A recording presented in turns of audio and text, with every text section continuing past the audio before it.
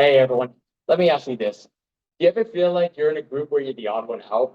Well, you're gonna experience that in this game called the Chameleon. Now you might be wondering, what is the Chameleon? It's a word game where one word yours can blend in with the words of the others with no reasons for suspicion. Today, I will be explaining how this game of the discussion and dissension can be played. This game also teaches you to keep a straight face, especially if you're a chameleon. For me, it's always been very hard to keep an unsuspicious expression on my face. I would either start laughing or smiling, and then the other players would just find me very suspicious, and then they'd eventually just vote me out. Now, in order to learn the game, we're going to look at our different materials and their significance, how to play the game, and then I'll even give you some tips and tricks on how to best play your role of the chameleon. So now we're going to start off with our props. So these props, they're important because they help decipher the topic word that you're going to choose, the word that, how you're going to describe that word, and then we're going to figure out who the chameleon is. So let's start off with our topic card. So these are the topic cards. There are 16 words on each topic card with more than 30 cards to choose from. Try to choose a card in which all the words can be understood by everyone that's playing, because the age range is very huge, and we don't want 8-year-olds wondering what the heck is romantic comedy, because that's a very vast um, genre of movie that they might not be aware of. Now, how are we going to figure out who the chameleon is? So we have these things called roll cards, and you try to just only take one deck, so we'll use the blue one, because you can only have because already there's just one chameleon card in each deck. So the two rolls that there are obviously the innocent card, which has all the combinations, and the chameleon card, which just has the phrase "You are the chameleon." So if you get this card, then you're the chameleon, and you don't have to you don't have to figure out and encode or decode which topic word you're going to choose. And if you get the innocent card, then you're going to have to figure out the word. So now, how are we going to figure out the word? And that's where the dice come into play. So these are the dices.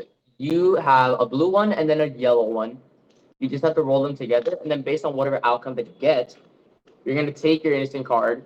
This is for the innocent people, and then accordingly, you'll find your topic coordinate. So now, overall, figuring out the word with all these tools is made simple, but through a complex method, and that's probably because the developers said so. Hilarious if you ask me.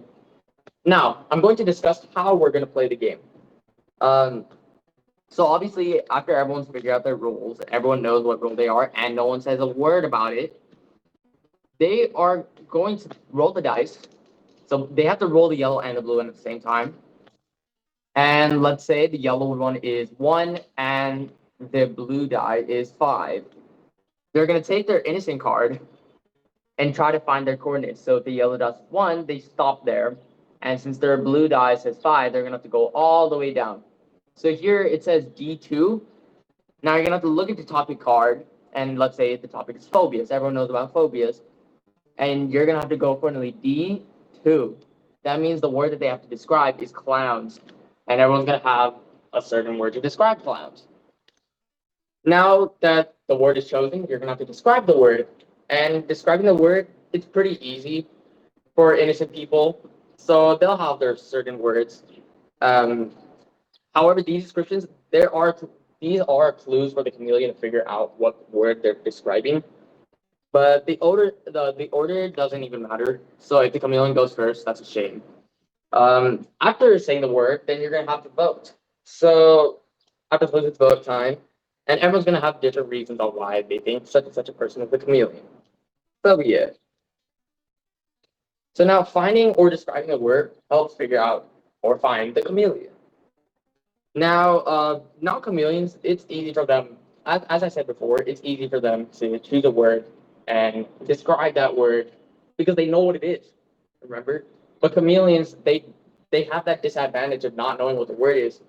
So, chameleons, you might be wondering, how do I ensure my safety? There are two ways. Now I'm going to teach you the two best ways you can best play your role of chameleon. So the first one try to use your words. So if you're the chameleon, oh great, yeah, I'm doomed. What am I gonna do? Hold up. Here's the first way. So you have to try to use the most generic word possible. And one good way you can do that is by giving related relative words to the ones that others have spoken. If you first just try to quickly choose a word. Now let me give you an example. So assuming that the chameleon is not first and the chameleon is you, one person says fried, and another person says marinated or something, and you don't know that the word is hot wings, so you can probably just say something like spicy. It's very general, but it also blends in with some of the other words that have been said. Then that way that makes you a little less suspicious. But mind you, this is not the only weapon that's gonna work. You also gotta learn how to try not to laugh. And how I try not to laugh, it's by either biting your inner cheek or your tongue. This usually helps because your mind is focusing more on the pain that you're causing yourself rather than the situation. And if it's not working, they just bite even harder. So these two ways are surely one of the best some of the best ways to overcome not revealing yourself as a chameleon. So now to conclude, overall we learned to play the chameleon. We figured out all the items and their significance, and we helped many chameleons overcome not trying to expose themselves. Now, when I lie, of course, in the game, it's better. I know better than to burst out laughing like, "Oh my gosh, I guess I'm about to get cooked" or something like that. Because now, and because of that, the chances of me getting voted out as chameleon are low. Again, we learned to play the chameleon, a game where one word of yours blends in with the words of the others. Now, you probably learned a way to lie to others without them being at all suspicious of you.